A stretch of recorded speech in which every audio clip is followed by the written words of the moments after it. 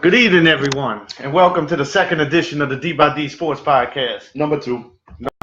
I'm Pat, this is BJ, and we are back for a second time. Pancho called in sick, and if you looked at his pick record this week, I don't blame him. It would have been kind of it's a little bit disheartening. It is week one, but when you're losing the pick ranks, I guess it's always a struggle to get back up to the top. Well, it sucks if you imagine yourself having to wear the big condom. This is true. Good news about Monday night, guys, is the NBA season's only 5 weeks away. So, without further ado, let's go ahead and get into it, man. So, what are the good things you've seen about Monday night? Let's. I think it's easier to talk about what we think went wrong first, and then let's pick out what I think went right. That's fine. Let's do that. Yeah, I'd rather end it on a good note, All right. So what went wrong? We're gonna knock you down and then pick you up. What went wrong most with the Saints-Vikings game? Patch, what you think is one of the biggest holes we had in that game? It's one of the biggest problems. Can I say both lines at the same time? Or? You can say the offensive and defensive line, yes. If I had to pick one, it would be the offensive line out the gate because we never expect the defensive line to be good. And I think the defensive line was tired. They were on the field just about the whole damn game. Right. It seemed like we couldn't sustain an offensive drive long enough to give these guys a break. Yeah, it was tough, man. It's tough to watch. You're getting pressure all preseason, and I said this, when we talk about the Saints, if they can generate the pressure they did in the preseason. Well, we all thought they were going to have the pressure, right? You look at preseason. I know preseason doesn't count for much, and a lot of people say that. I, on one, love preseason. I think maybe if you want to shorten it, you only shorten it like 1 week. I actually think the preseason games is a big need for the NFL. I like watching them because you get a feel of who you got on your team. You're going to get a little bit glance at your starters, but you're also going to start looking at these young guys that are making the team or trying to earn a spot. If it wasn't, big standouts this year in preseason, again, Tommy Lee Lewis, Kamara. Big catch the other night. Yeah, huge catch, Kamara, without preseason, you really can't get these guys kind of tuned up to the speed of the game, So, but in preseason, going back to this defense, we were all kind of fired up about it because in week 3 of preseason, we were leading the NFL in sacks. We had 12 sacks. And that's one thing you'd think would translate into the regular season because a lot of blocking schemes are just man-on-man. So, you have a few teams that run zone block. Well, you were seeing a lot of flash and promise, too. Okafor was playing like a monster, and I think he had a really good game last night. Cameron Jordan was hitting the line. Our linebacker core was really starting to light it up. Kikaha, great preseason. It looked like it was going to be different. So did anybody that's a Saints fan expect that defense to show up last night? I think we would all have to agree and say no to that. Well, it's great we're doing this tonight because fans have a few days to digest this game here. I don't know if anybody went back and watched it. I didn't, but I just think there's a lot of things that it's the same old Saints syndrome, man. It's just like all the promise. It was the promise that they built up, and they kind of just let you down in one night. Hopefully, it was just a bad night. Are we ever going to win a week 1? It seems like as a Saints fan there, you just won a week 1 win. Just one, man. And to be honest with you, talking about this week 1, I was even thinking after watching that New England-Kansas City game, week 1 for the Saints is a must-win. Could you really say a must-win for week 1? I think you kind of look at like you had to me, beat the Vikings because then you got the Patriots coming in on a long extended week. A mad Patriots team, too. But you know what? I could just justifiably say a mad Saints defense now at this point. Who you trust more? Be honest with you, this year, like after watching those 2 games and watching Alex Smith put up 42 points on New England's defense, I think I still feel more comfortable with the Saints. Oh, man. Well, we'll get to that later in the picks. You can look at just the power of the offenses, Right. So we'll get to that point. There's something else I want to talk about Kansas City. It's a really good point. But just seeing how they were able to take care of New England, I still feel confident about the Saints. Now, while we're still on the bad here, what do you make of the whole Adrian Peterson staring down Sean Payton? They talked it down after the game, but said I love you or something like he was telling man. Sean Payton I love you. That's exactly not what Adrian Peterson was telling Sean Payton. But in classic Sean Payton fashion, too, look back, shoot his ass for a second, turn forward. Sean Payton's not going to play that. But you know what? I can kind of understand Adrian Peterson's frustration a little bit, even though last week I think I picked him. At first I was saying 8, and I think we kind of talked it up to 12 or something. Y'all thought he was going to get a lot more. No, I thought he wasn't going to get that many. I didn't say Kamara would get more, but I thought Kamara would be on the field a lot. And he was. He did get the most snaps out of everybody. But I didn't give him at this high touch. I didn't have him. Now, I thought he would be a lot more productive. Yeah, Poncho said he was going to get 150 yards. But I thought he was going to be a lot more productive. But I think the problem with AP for this game is every time Sean Payton put AP on the field, you knew what the play was going to be. Like, I had a sense like it was predictable play calling on offense. And that's why I want to touch in coaching a little bit. I've heard so many people say we need to fire Sean Payton, the game's past him, it's over, we need to move in a different direction. And to some extent, we have 3 7-9 seasons. You have to kind of think about that, But I don't really think we should fire him right away. It's week 1, Yeah, we can't run him out. You never know what's going to happen. It's just, maybe Adrian Peterson didn't understand the pass packages like he should. He didn't play much in the preseason either. And they don't practice like they used to in training camp. They don't run 2-a-days anymore. They don't hit like they used to. Obviously, you can see the whole weekend of teams hitting. I don't think you need to do 2-a-days now. I mean, the athletes nowadays, when they were doing 2-a-days, that's why they had an off-season, was to get them back in shape, But now you got guys that stay in shape. They only hit a certain amount of times per week also. That's the whole thing. Like, that's why the blocking's bad now. It's because they don't practice like they used to. And I seen something today while I was at the barbershop where they were talking about that NFL's going to try to eliminate pad practices during the week completely. The CFL does it. So Come on, yeah, but the CFL isn't a full football product to me. I mean, you got a 50-yard end zone when a field goes in the middle. The field's like 60 yards wide. Yeah, 3 downs. Yeah, you got wide receivers in full motion running to the line as the ball snapped. It's still a little hockey-ish, gimmicky kind of to me. It's a spin-off. I know it's popular in Canada, and I'm really not trying to knock anybody's sport. But being an NFL fan of me, it's still kind of a circus. I mean, but you why would you mold the NFL off of a circus? You don't think maybe the tackling and the blocking is worse because of the less practice? I think you got a whole lot more strong and faster people in the NFL than you do Canadian football. No, I'm not speaking of Canadian football. I'm just talking about in general. The tackling's worse in the NFL than it's ever been, and the blocking. Like these guys we get out of college. I mean, Saints have 2. I heard people call the radio. They were saying that the Saints need to invest in the offensive line. I mean, how much more can you invest in 2 first-round draft picks in the last 3 seasons? And you signed this one other guy, for big money in the offseason. I mean, you can't do much more than that. I mean, these guys, I just don't think are getting the reps at practice. Which could be it, but then again, you look at great lines in which Dallas did for a great offensive line, and they really put their money where their mouth is, building that line, and look where it got them now. So maybe you had to take a step back building that line. But I feel like after 3 7-9 seasons, how much longer do you need to take a step back until some improvement starts to come? They're doing the moonwalk, man. Yeah. That's what, yeah. So hit us up, guys. This is an interactive podcast. So Eddie Perez hit us up. He said, "Whoa, who that? Who that?" But another thing I really think was bad, since we're going to stay on the bad parts of this game, is Harris at cornerback. Got totally destroyed. And I don't understand why they wouldn't put somebody like Moore in, And after Sean Payton's press interview after the game, saying Moore didn't play a lot because they seemed like they thought they had some inside beats with the coverage and stuff like that, and that's why he stayed out. But you got players like Kenny Vaccaro, who's got press interviews saying that Moore should be with the ones. He's got the size. He's got the agility to break up the play. He could chase down a player. I think after Harris was getting beat so bad last night, why don't you plug in somebody, Anybody. There was a big disconnect in that secondary. Huge. Now, do you give credit to Sam Bradford and the wide receivers? I mean, honestly, let's look at Arizona. Offensive line, too.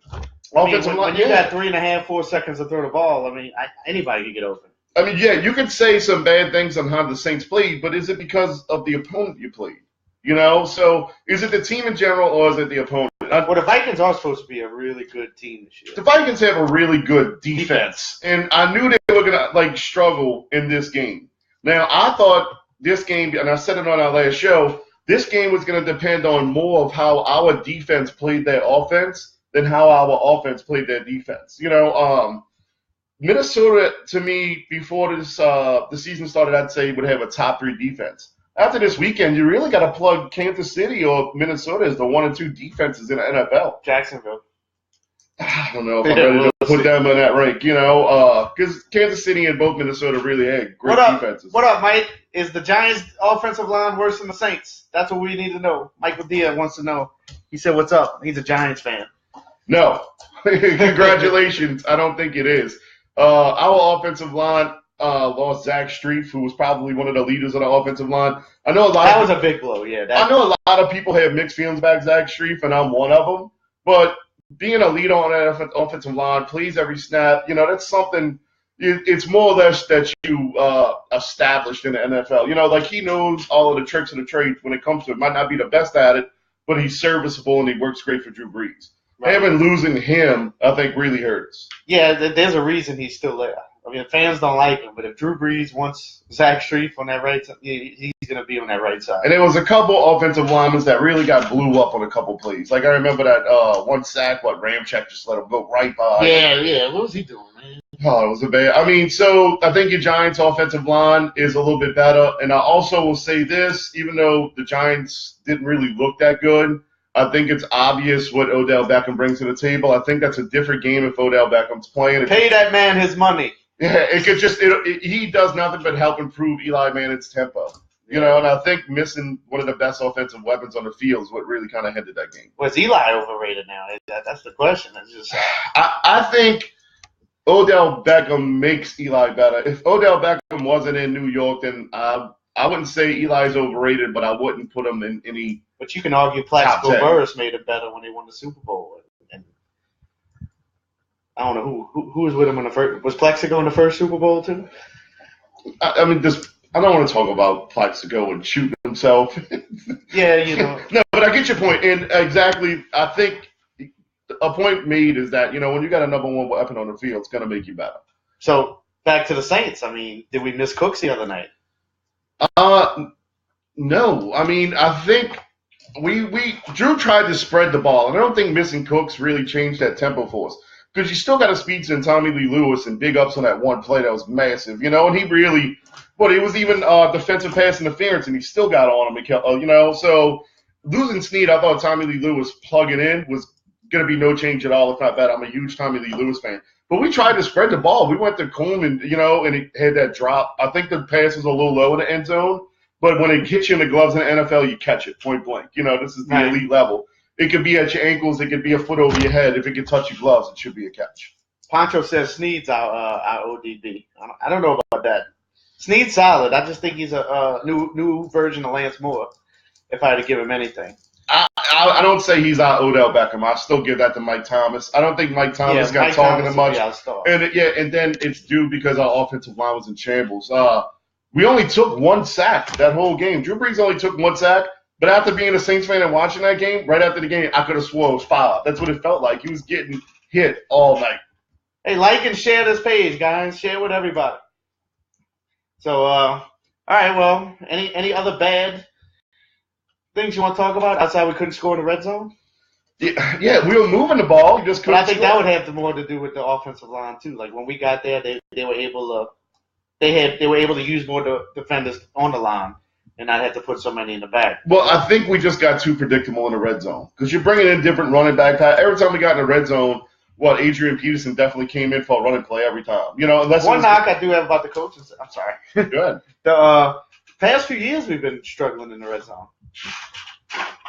Past 2 or 3 seasons we've had red zone issues. And you got 79 records to show for it. Right? Exactly. So, but I wouldn't put all of that pressure on the offense for the last few seasons. Only because, like, if you take last year as an example, we were scoring 30-point games, but you were getting outbeaten, Well, as I say, you never put that pressure on the offense when you're giving up 29.5 points a game like the Saints have been doing. I mean, it's never that's definitely not the offense at all. So, all together, I think the Saints played really flat. I think it was predictable. I don't think the defense was in sync at all. It's almost like they kind of drank the Kool-Aid when they got to Minnesota and said, man, this is a really good team now. It's like they tried to survive. I don't think we really tried to gain an edge at any point, even when we were losing. And Like, to me, when we kicked that field goal, and I'm like, go for it on fourth down, you're right on the goal line, it would still have been a 2-score game. Granted, it would have been, kicking a field goal, it puts it at a 10-point, but I think the touchdown would have got you more confidence. At least the defense. me too. Regardless of what it was a 2-possession, 2-score that you would have had to come back. By kicking a field goal, still had you down by 10. You still need 2 drives, 2 scores. I think if we get it, sometimes you gotta get your team to buy into the momentum shift, and you gotta trust them. And to me, you still got one of the greatest quarterbacks in the NFL, even though he had a flat game. And I just think that's due to the offensive line. Right. Really. What about the linebacker? Well, we're gonna get to the good in a second. I mean, matter of fact, let's go there now. I mean, what did you see good about our performance on Monday night? Well, the things that I can look at the Saints and say I think we performed good. One of them, I think your linebacker core was kind of in play. Now, we still made a couple rookie mistakes, right? But I will say your linebackers were more in tune a little bit than we've had in previous years, especially when it comes to stopping the run. Now, I know Dalvin Cook ran for, 127 yards. A lot of that was when the game was starting to get out of hand, too. Yeah, both trash time yards. Yeah, but, he did break open that, 65-yard run or something like that. Yeah. But I think we really got a lot of pressure on, especially in the beginning of the game, the first 2 drives. It looked like anybody's game, So, I really think they played pretty good. I will say another strength still that I've seen, I like Kamara. Kamara looked like he was really playing heads up. He shows a lot of flash, So Ingram looked to be good. We were averaging the yards on the carry. We just couldn't move the chains in the red zone. Pretty much it right there. Yeah. It's not really much. We went over there and, you took one to the chops. That's a black eye right there. That's a who that black eye that we got to wear all week. Well, a couple people been asking on here about 2 people. Michael Deere wants to know how we're gonna look against the Patriots. So, well, to talk about that, I feel like we got to talk about both teams. Especially with these Week 1 performances. Well, the Patriots, I think the Patriots had a bad quarter, a really bad quarter. They were leading the Chiefs going into the 4th. And just some reason Brady couldn't move the ball anymore. His line let him down. So, but I feel like the Saints moved the ball a little bit better. Well, I think the Saints have more offensive weapons. Breeze has all more weapons right now than even with Gronk. Like Gronk didn't look like Gronk the other night. Gronk looked he was bigger than everybody, but he wasn't as quick. He couldn't come off breaks like he was. Well, it makes a point too. Now, they have Tom Brady, but what about that defense?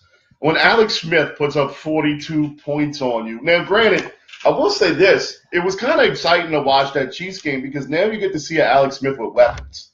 Alex Smith is always a check-down quarterback. You've always had great running backs, but it wasn't a deep pass. That he has weapons to go deep. It was really interesting to see what he did against New England. Well, isn't Alex Smith was the number 1 pick in the Aaron Rodgers draft. He was supposed to go ahead, he went ahead of Aaron Rodgers. And we just waiting for that to pay off. How old is he? He's got to be, about 32, 33 now? Yeah, well, Alex Smith isn't a quarterback that's going to go out there and give you a ton of points, especially in fantasy, but he's serviceable. Poncho's laid up this week. He's nursing his 7-8 record in the pick'em. Pretty tough. It sucks. You're right, Miss Kim. It's only 1 game. We got 15 to go. Everybody had a few days to let this soak in, and we could look forward to Week 2, Oh, I completely agree. Even though Week 1 didn't go the way any of us wanted, it's still Week 1. I don't think you have to hit the panic button there. I think it's in pure Saints nature for us to hit the panic button, especially after 3 7-9 seasons, not winning a Week 1 game. It seems like it forever. It's like, oh, here we go. It's the same old thing again. But honestly, if I'm a New England fan, I think I'm hitting the panic button a little bit more than what the Saints fans should. Right, because I see a lot of the same issues that the Saints had the other night in New England. And New England's a Super Bowl favorite again this year. The Saints defense may be a little better. I think so. Now, I think when the Saints do play New England, it's going to come down to the defenses again. I think you're going to see 2 quarterbacks who are proficient. I don't think either offensive line's going to get the push that they got from Week 1. Let's be honest, I really like our line and our linebacker core, but it's not Kansas City's. And I'm sure the vice versa for Tampa Bay, for Tom Brady. Tampa Bay, Tom Brady. Anyway, at least it's an NFL mind. isn't going to be the same that he looked at with Kansas City. It's a Freudian slip. Yeah, so I think both quarterbacks are going to have a lot more time in the pocket. I think you're going to see a lot more efficiency in this game. I think this one also is going to come down to a fun defense game. too. And I think our defense may be a little bit better, and I think Moore needs more playing time in that cornerback role. What's up, Edwin? So, call me when you get in town, brother. Anyway.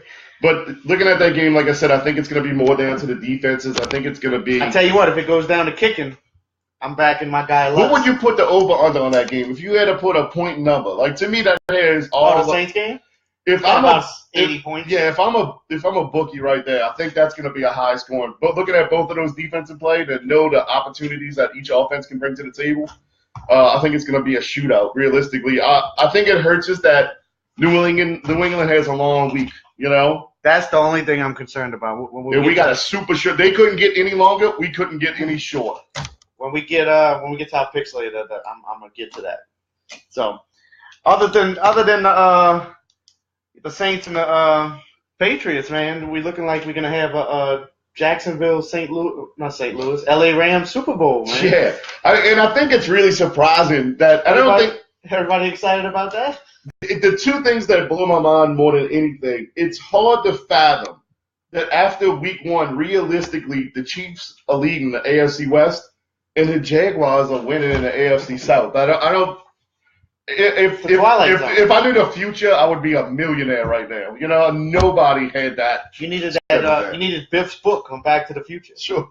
You know, I just think this week one was a crazy week in football. You've seen a lot of surprises, a lot of injuries too. Speaking of Zach Strief, going to the biggest injury in NFL news of the week. Who drafted David Johnson with their number one? Just about everybody drafted David Johnson with that number one pick. Look, so man, my friend Paul drafted in our league, and he's been suppressed. I haven't heard from him in about a few days.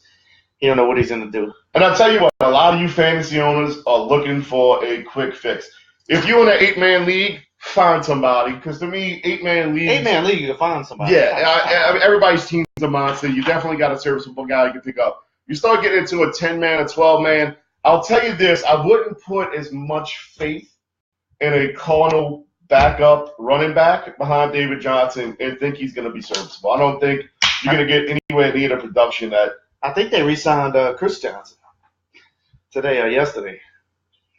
Only probably because he knows the offense and Ellington's injury prone. Yeah, you never know. And then they got somebody else, Kendall. But to me, you're not going to get anything out of that. I think Ellington and Chris Johnson are more of pass-catching backs instead of straight-up-the-middle backs. But you know what? That's what made David Johnson incredible is he was also a great pass catcher. So, Aaron, you took Zeke number 1 overall?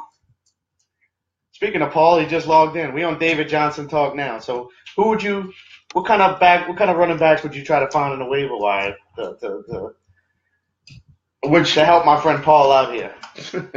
So he needs it.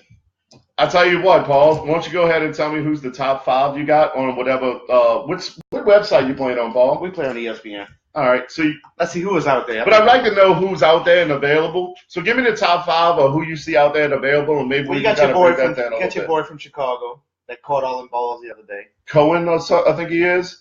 Tariq Cohen. I got Zeke in the 4th round, Darren. I think it's Tariq Cohen from Chicago. Yeah, Tariq Cohen. To me, get him now. Definitely because he's one of those players who's going to get a lot of passes. He was brought into that offense to make it a little faster. I know they don't have him listed down as a number 1. But I see that kid getting a lot of production in the future.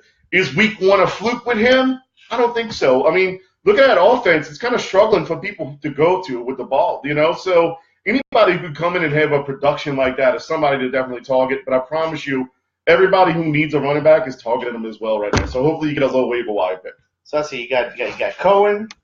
You got I need it in front of me.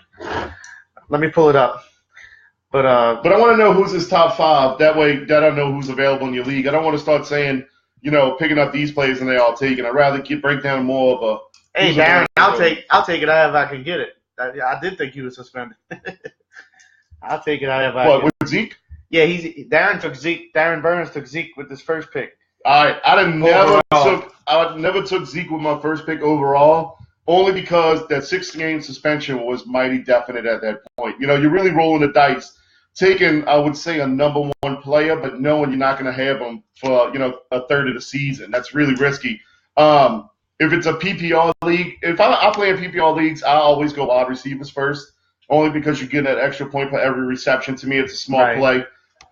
Just so happens in my 12-man league, I actually took Zeke with my third pick, and I kind of thought they had a couple teams that already want running back. It's a great serviceable back if you could stash him. It got to that point in the draft. I stole him, and I'm one of the guys who lucked out. But I feel like I dodged a bullet, and I even picked him up in the third round. So, Buck Allen? You should think of Buck Allen from Baltimore. Don't know much about him? Where we at? So, Mike, we talked about Peyton and Peterson. And look, when I first seen it, I thought Peterson was out of town on the first bus smoking, but they kind of played it down to where it's nothing. We'll see if it happens again. I don't think it'll happen again. What? The Peyton Peterson. Michael Diaz about Peyton and Peterson. What I thought. Here's the thing. I mean, a veteran player, I'm surprised Peterson did that, but at the same time, I think we touched on this, but we never got into it. I'm not freaked out that he didn't do it because Adrian Peterson's the type of player who you need to feed the ball, and that's exactly what Minnesota did for him literally his whole career when he was healthy. Coming into our system, that wasn't going to happen. That's why I kind of put him at an 8 to 10 touch player per game. It's hard to feed him when you also have a player like Ingram in that backfield, who I think you also need to feed. Right. But I see more upside with Ingram this year than I do Peterson. It's an age factor, you know. They're two different types of runners, you know, and it's hard to not put faith in Ingram as well. He gave you 1,000 yards last year. He had a great season. You know, I don't put him on a back burner for, you know, a 40-year-old running back.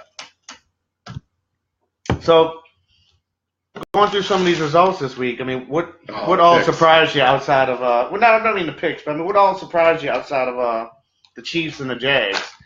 I mean, did the Eagles really surprise you? I know you and Pancho picked the Redskins at home, but Carson Wentz looked pretty good. Yes, he looked amazing. Actually, most of the football games sucked on Sunday. This was actually a pretty good game for being compared to everything else that we've seen this weekend. And another wide receiver that's going to probably be out there in the waiver wire is Nelson Aguilar would be a good pickup. But I'll tell you what, I think it's a very tempting pick, especially, you know, with Carson Wentz having that great game, talking about Philly. I don't think it's going to happen every week with him, though. Realistically, I mean, he's not your go-to guy in that offense. Right. So I think he had a really good game. One of them's on a busted play. Right, the Aguilar, yeah, one of Aguilar's was on a busted play.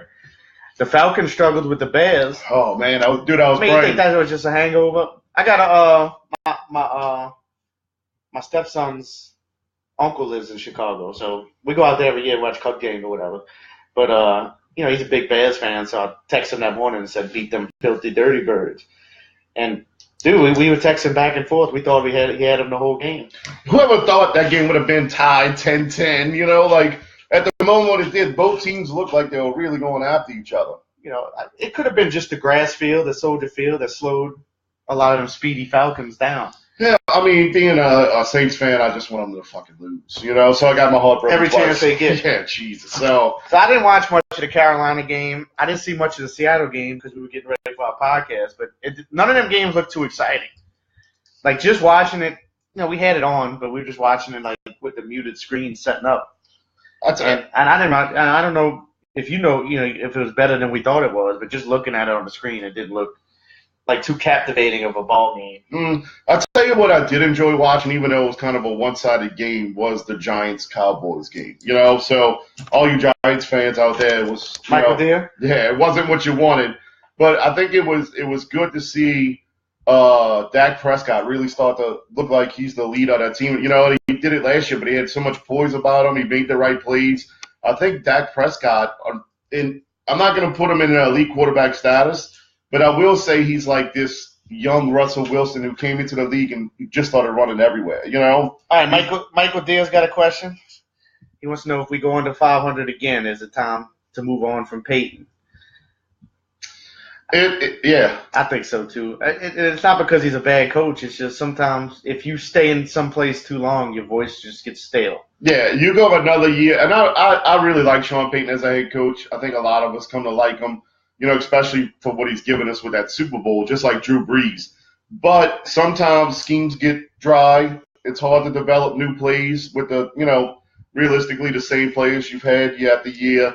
You need something to shake the cage. You need something new. I think if we go into 500 again, you got to start looking for a coach. And that brings up, I think, another discussion. Who do you start aiming for right now? Oh, I don't know. I think we're too soon for that. But I think it's unpredictable because it's probably going to be some defensive coordinator from, If it was up to me, Ed Orgeron would pull double duty. I love Ed Orgeron. I don't know about that. No, I think he goes with somebody a little bit more NFL. I know. I'm kidding. Yeah.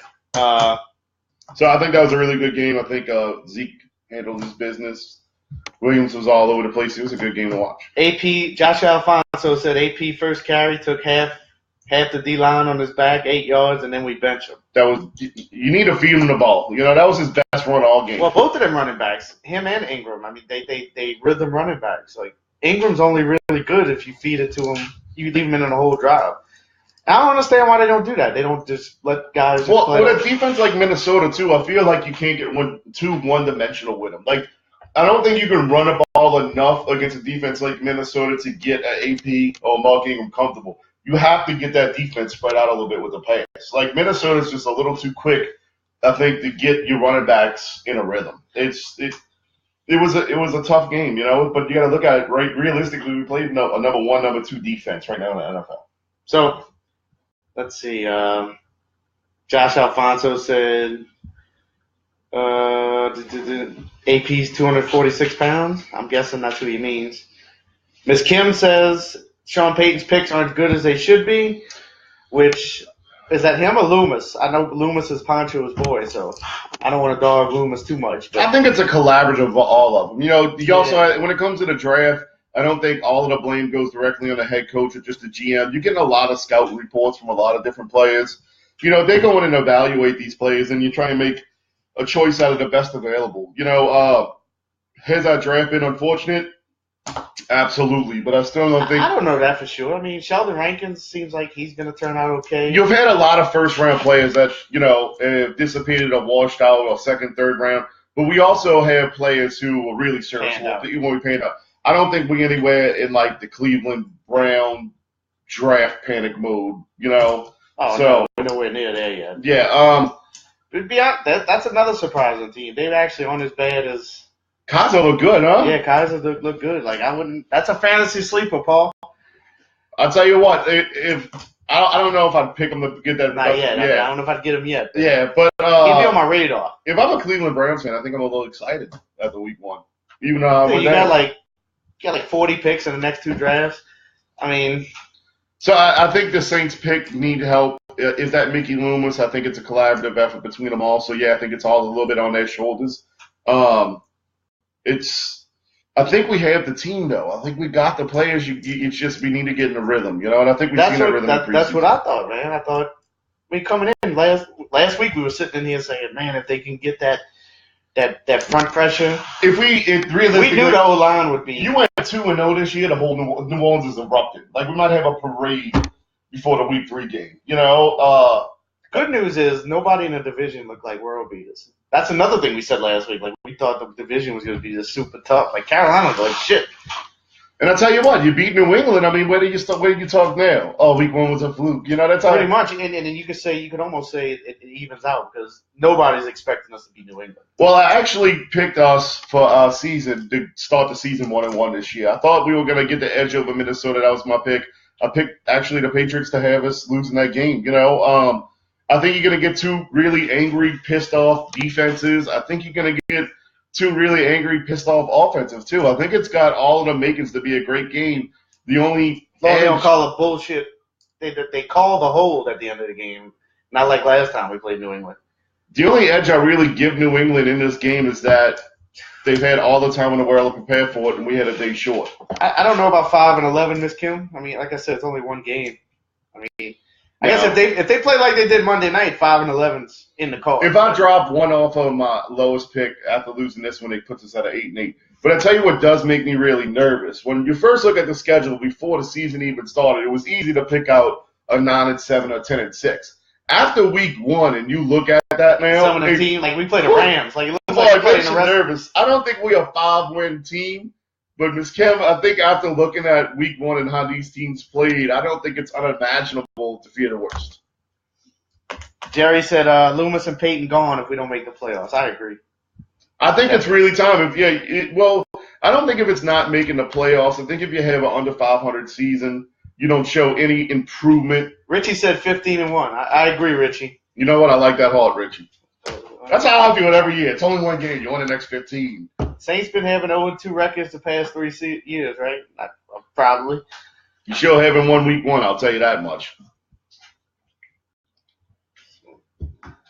But another good thing, though, that I think, especially in this New England game, at least you got home field in it. I know it's a short week. You got home field advantage. That dome's going to be rocking.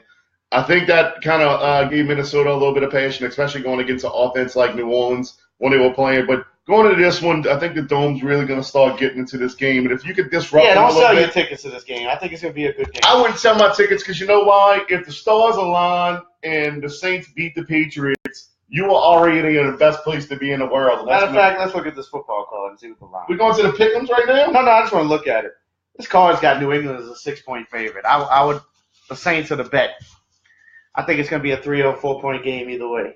Especially looking at that offense, and I know they kind of stayed in the game. I think that I would go with the Saints on that 6-pick too, especially at home. You look at games like that to be more of a 4.5. So if you're going to get 6 points, take them in that game.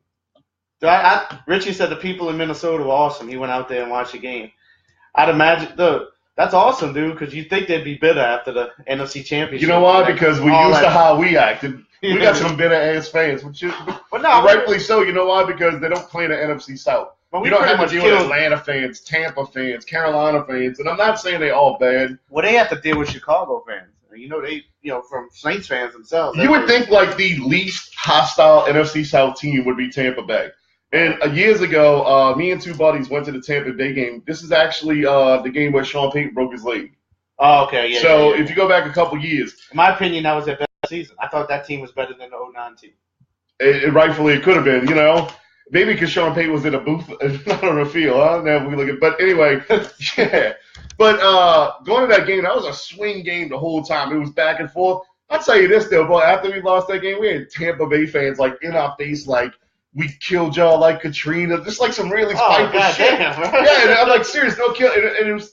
And I mean, this wasn't too much longer after the hurricane. I'm not saying it was like the next year, but it's still some shit that you just so. I think when you're in the NFC South, you kind of are a spiteful fan because you get. Well, the Atlanta fans are bad. They're gonna come in there and talk shit. Like we sat at Harrah's a couple of years ago when they. You want to sell your tickets to a game, sell them to the Falcons game. I would if I was a season ticket holder. I'd never go into a home Falcons game. I just can't stand. Yeah, we went to the Falcons game. We left. Tailgate and hearing 10 people walk by yelling "Rise up." It's like nails on the board. Yeah, it kills my buzz. I don't even want to go to the new stadium. Looks not as beautiful as it looks. It looks like a big butthole, like a big retractable asshole. That's what it looks big like. Toilet. Yeah. Yeah, I don't know. I'll tell you what. You want to? We'll jump in. We got. Plow ahead here. I know we got a lot of Saints coverage here. I mean, anybody want to talk college football? What are your thoughts of the college weekend, everybody? We'll get into LSU. I mean, we could talk about LSU, but who they beat? Nashville. Chattanooga. They scored 3. our shutout streak is over.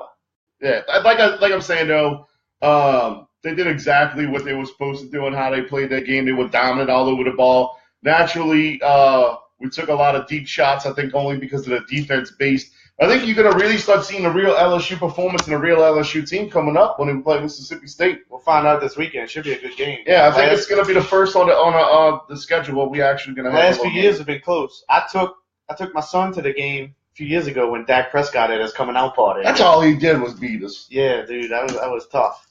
But we left when it was out of hand. LSU ended up coming back and almost winning that game. Mm-hmm. But they were up like 35-13 or something like that. I said, come on, let's get out of here. That was this. I mean, you've seen Guice Williams do exactly what they did in that game. I think it's a great tune-up to get the season started. The last few years, the Saints played LSU. LSU's played. I mean, we haven't really played that easy of a week 1, playing Wisconsin. We did Oregon. I like actually getting this slow start. It kind of gets you in a rhythm. So, BYU wasn't supposed to be a slow start. It just turned out they actually down this year. BYU usually has a solid team. Yeah, but not SEC. No, not SEC. Yeah, I mean, not Oregon. Nobody in their right mind thought BYU was going to go in there and win. I mean, they in Houston for a reason. I mean, Ty Detmer's not there anymore. But doesn't matter. Nobody had him picked though. It wasn't like it was scheduled. Nobody's going to pick him.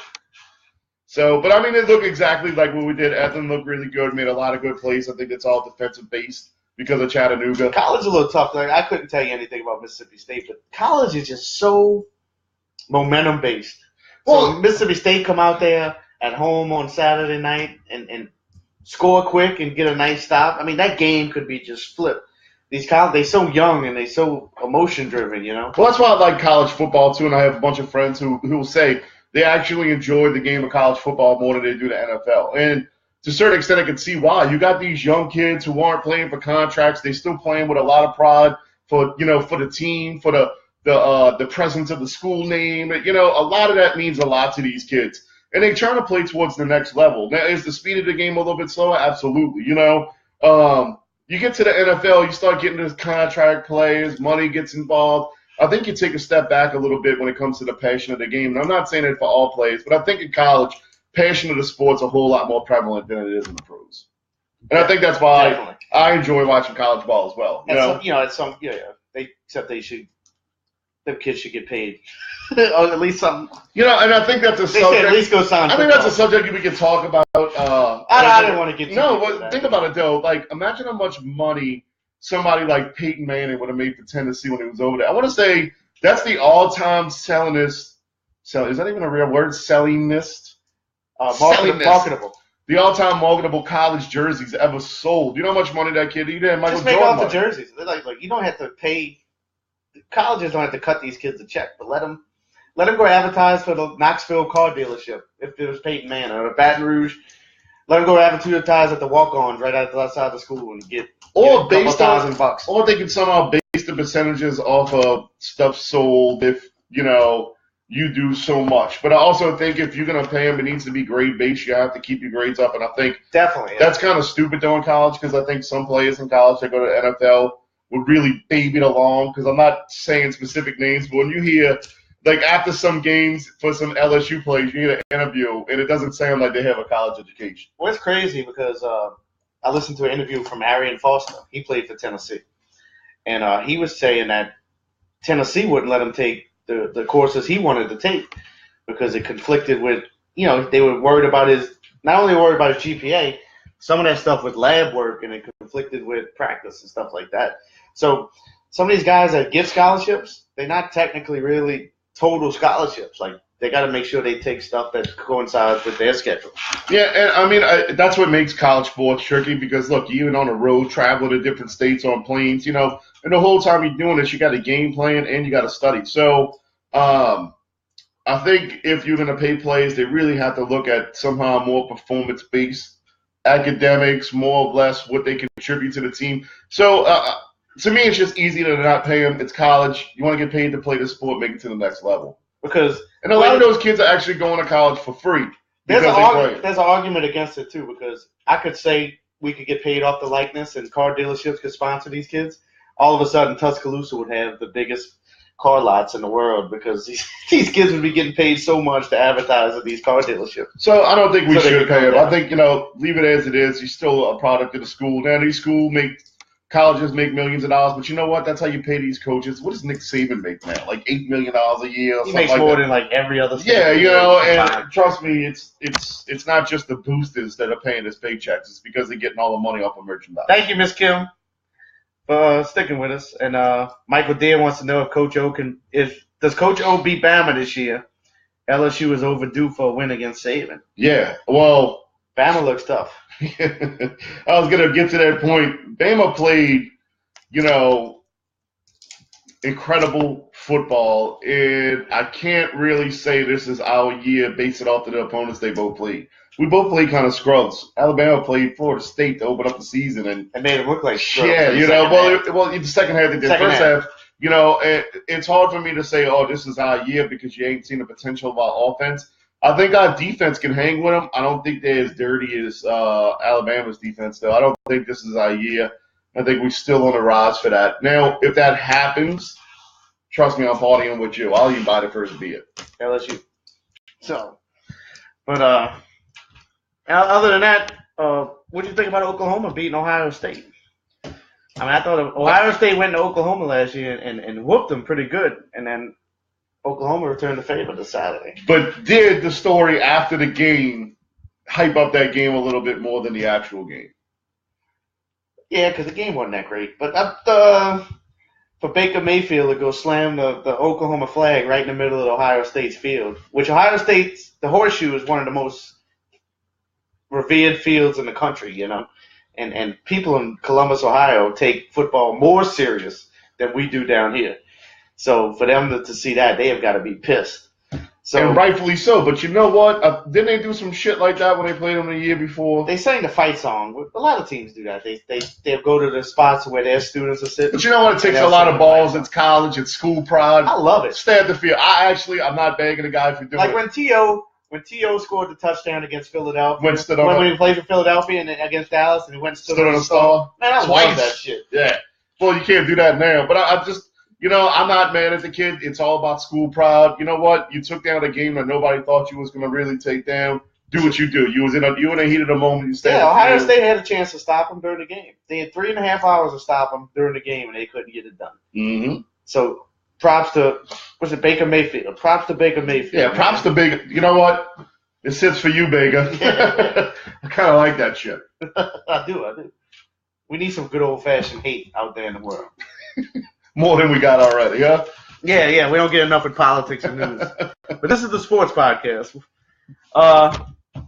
want to get into the picks? Let's do some NFL picks. Yeah, let's get into the picks, man. And then Pancho, you're going to have to send us your picks, man, or you just going to have to go 0-16 because I'm not You got till tomorrow to give me your picks. I don't care if you lay it up. You got to give me your picks. So, first game on Thursday night, which is not on this card here. So, it's Houston at Cincinnati. Oh, man, that's pretty bad. Who you guys got in Houston and Cincinnati? Because I'm going to need some help here. Actually, I think I'm gonna go with what I think is probably the better defense, and I'm gonna pick Houston in this game. All right, give me the better quarterback. Ain't much better. I don't know. Deshaun Watson might be the better quarterback.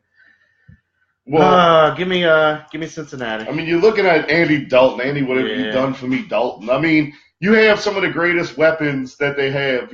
Jeremy Hill, Giovanni Bernard, A.J. Green. Joe Mixon now. Yeah, Mixon. I mean, you still can't put nothing together. I think I'm going Houston, going to better defense. Andy Dalton's a washed up.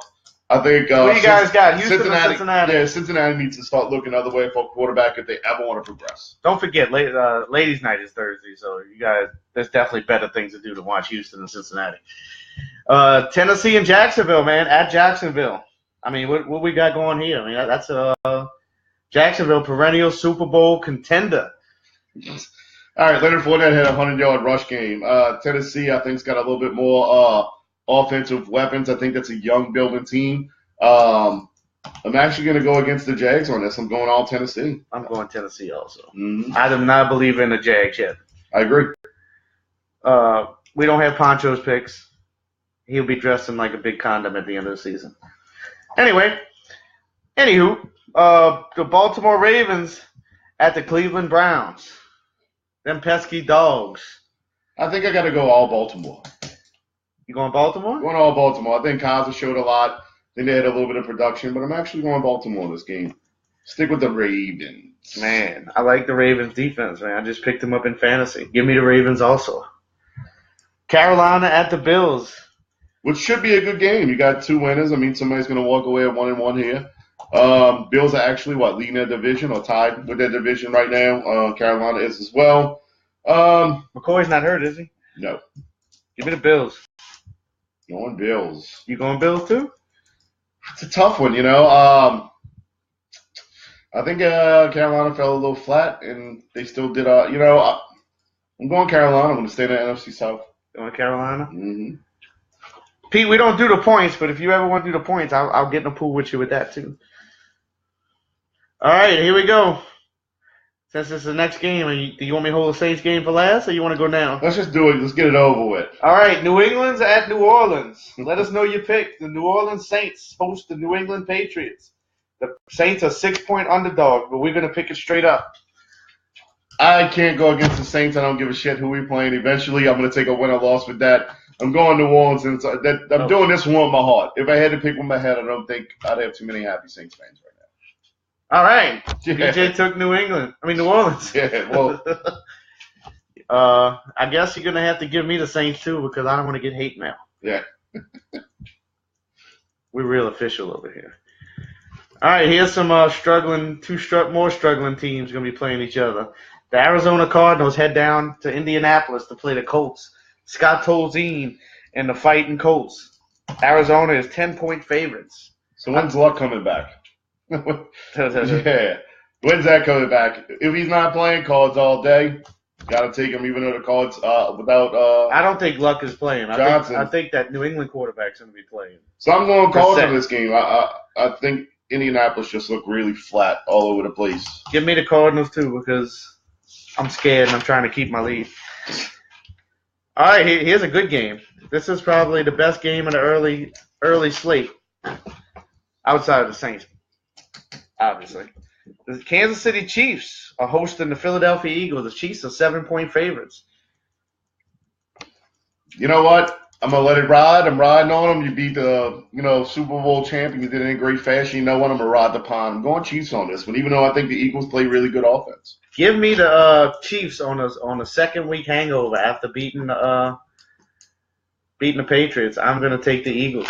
On the road. Woo! I got huevos, baby. Huevos. I'm riding the pond. All right. Minnesota travels down to Pittsburgh to play Ben Roethlisberger and the Steelers. The Steelers are 7-point favorites, which don't make sense because I think I'm going to go ahead and take these Vikings on this card here because with the Vikings defense, I don't think any team's going to beat them by 7 all year. Yeah, but you're also playing on the road, playing on grass. It's a little bit different environment than what Minnesota plays on. You got to look at that factor. Short week. The Sam Bradford really keep that type of play all year. I think if they had a defense that gets a little bit more on that offensive line, it's a lot of checkdowns for Minnesota. So Minnesota has the potential to be a really good team. They also have the potential to have a really bad game. I'm going with Pittsburgh in this. I'm not counting out Le'Veon Bell and Antonio Brown. You got two of the best in the business. All right, you give me Pittsburgh also at home, only because they're at home. I don't think they're 7 points better though. All right, Chicago travels to Tampa Bay for Tampa Bay's first game of the year. Tampa Bay is also 7-point favorites. Chicago with a good week last week. Do you think they keep that momentum on the road at Tampa? Fire the cannons. Well, I think they're playing a little bit less of an opponent than they did playing against Atlanta Falcons, and they really kind of hung in that game. So I like to think that Chicago is a little bit better than advertised, and I also think they got better quarterback options to fall back on. So they struggle with offensive weapons to get there. The defense is serviceable. Where you know what you got with Tampa Bay, Doug Martin suspended, so you're going to have Jacquizz Rodgers. But then they got one of the best wide receivers, top 5 wide receivers with Mike Evans. I actually think I'm going to go with Tampa Bay on this game. All right, I will also. I will take Tampa Bay. You're following suit, huh? I'm scared. Right? Once well, we picked that different. lead. No, we got a few different. Yeah. All right, the Miami Dolphins travel to L.A. to play the Chargers. I didn't watch much of the Chargers the other night because I was so disgusted about the opening Monday night game. I didn't really care to watch the night game. But they lost to Denver, which I don't think Denver's that great of a team. So give me Miami motivated on the road. They're going to be coming out in their first game. They got slanging Jay Cutler, going to be slanging that rock all around San Diego. That's the first thing Jay Cutler's going to be doing. And then he's going to go home and smoke a pack of cigarettes. You know what? I think we're going to go different. I'm going Chargers here. I think I picked the Chargers actually last week too.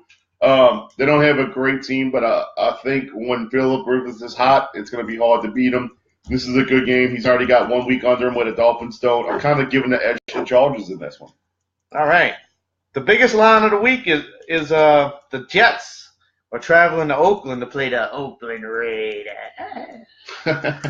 I easily picked this one. I'm going with the Raiders on this. Yeah, I'm just going to go ahead and just pencil that in. I mean, I don't see I don't know. I didn't watch any of the Jets game, but judging by what everyone tells me on the news, the Jets suck this year, and they traded away every good player they had. So let's see. I mean, let's get to the Jets real fast. Where I kind of had them ranked in this season, I kind of had the Jets at a 5-11 team. You know, so yeah, the records over there. Yeah, I mean, I had them as a 5-11 team. I had the 5-11. Ravens for 10-16. Yeah, I mean, the Raiders for a 10-16. I think the Raiders got a lot more offensive weapons, and Marshawn Lynch looked really good week 1. Came out there like, look, I play for Oakland. This is my team. I'm gonna go out on a high note, you know. Right. So I'm going Oakland all day on that one. All right, we got 3 more. We got the LA Rams, the 1-0 Rams, the other Super Bowl team that's going to be playing Jacksonville. You heard it here first. They are 3-point favorites. They're hosting the Washington Redskins. Who do you like in this one, man? Was that you that picked Washington to win the division, or was that Poncho? I think it was Poncho. I'm actually going with Washington in this game. I think Washington's got some really great wide receiver threats. On the road. He's got Washington on the road. Washington on the road on this one. I think this is a tough game to pick. Kirk Cousins had a great game, and I think the wide receivers make the difference for Washington. I think Washington has a better almost every offensive position. But I'm going to go ahead and pick the Rams at home. Ooh. Just the home field advantage. I'm going to go ahead and take the home team. When in doubt, take the home team. That's why I'm not in doubt, and I'm taking the Redskins. All right. I don't know if this is Sunday night or no, this isn't the Sunday night. We got a few more games. For some reason they don't put the night games on these cards. Denver's hosting Dallas, and Denver's a 3-point underdog. Now Denver, as the Chargers, I didn't watch Dallas all day in this game. Play. It's I mean, the defense looked good, the offense looked impeccable. But I'm assuming Zeke's playing, so I'm gonna take Dallas also. Yeah, Zeke's playing. You got to go Dallas all day in this game. Let's see. We got the second biggest line of the week. Seahawks are hosting Frisco, and Seahawks are 14-point favorites. Yeah, take the Seahawks all day. I think I got Carolina was probably going to be one of the worst teams in the NFL this year. But you have Frisco, one of the worst teams in the league this year. Mm-hmm.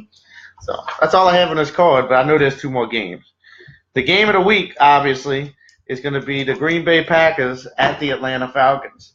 Now, does the Atlanta carry over that mediocre performance that they had last week into And I'll tell you Sunday what, night? and they did it against an unproven, well, I don't want to say unproven, they did it against a quarterback who everybody knew was not going to get you a lot of points. You know, and they kind of struggled on that. You know, now I think Green Bay with Aaron Rodgers gives a whole lot more threat because I'm going to move the ball on you when I can move the ball on you. He doesn't have, to me, the greatest options to go to, but they're really good options.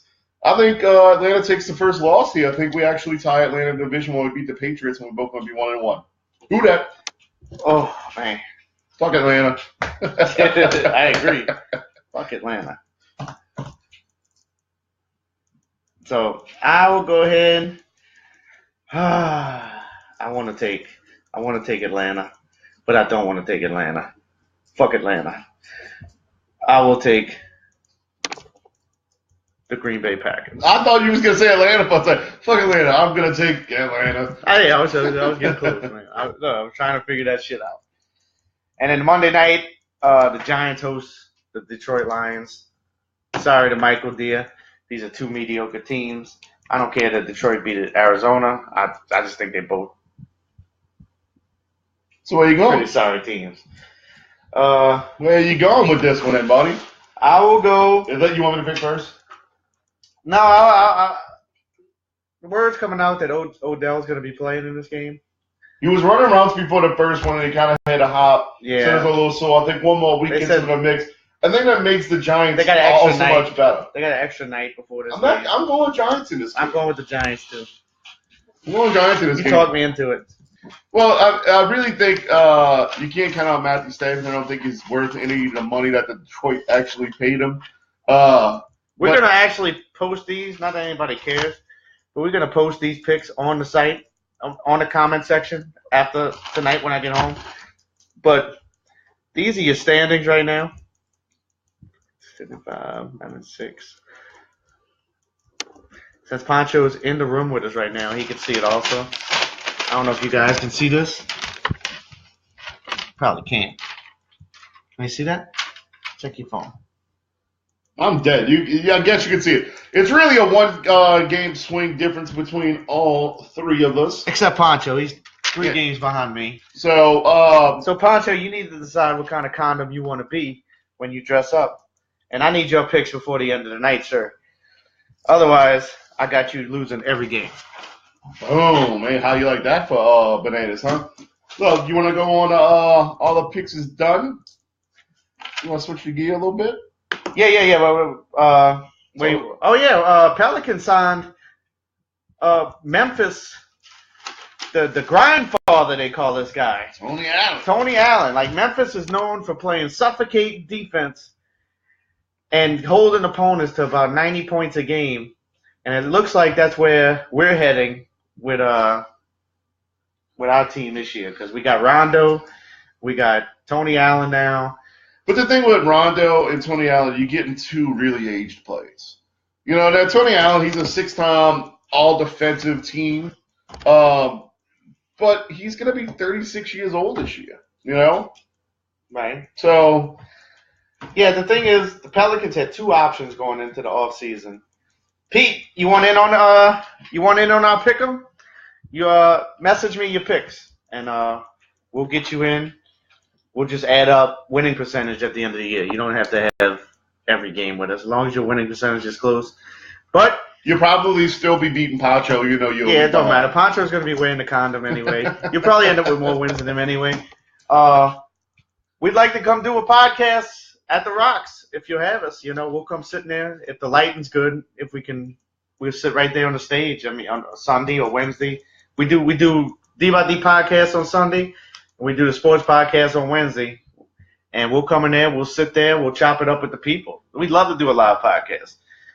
So, but back to Pelicans had 2 options coming into the season. They could have either went and signed a bunch of shooters and just had to throw the ball into the high post to Boogie or AD and threw it out and had to shoot, or they could have just tried to play defense and clog the lane. I think defense was the more obvious thing that the Pelicans were missing. Realistically, I mean, every Pelicans game I went to, it's hard for us to hold the perimeter, you know, and Tony's always going to be in the paint on us. I think that was one of our major struggles. Anybody playing one-on-one, obviously on AD or Cousins, was, you was very well covered and stuff like that, but if you was a team who knew how to move the ball, once you got it in the paint, it was an easy score for you against the Pelicans. So I think the obvious choice was to go defense. Right, but do we have the right coach for that? Like, we got an offensive. No. We got an offensive coach. We do not have the right coach for that. Defensive I also don't think we have the right GM either. You don't like 8-ball? No, I do not. I do not like Depps. Sorry. That's fine with me. I'm not a big fan of his either. So, but we'll find out. But we get to that. The Pelicans are going to camp next week. I know a lot of people aren't Pelicans fans. I have season tickets, so I watch them a lot.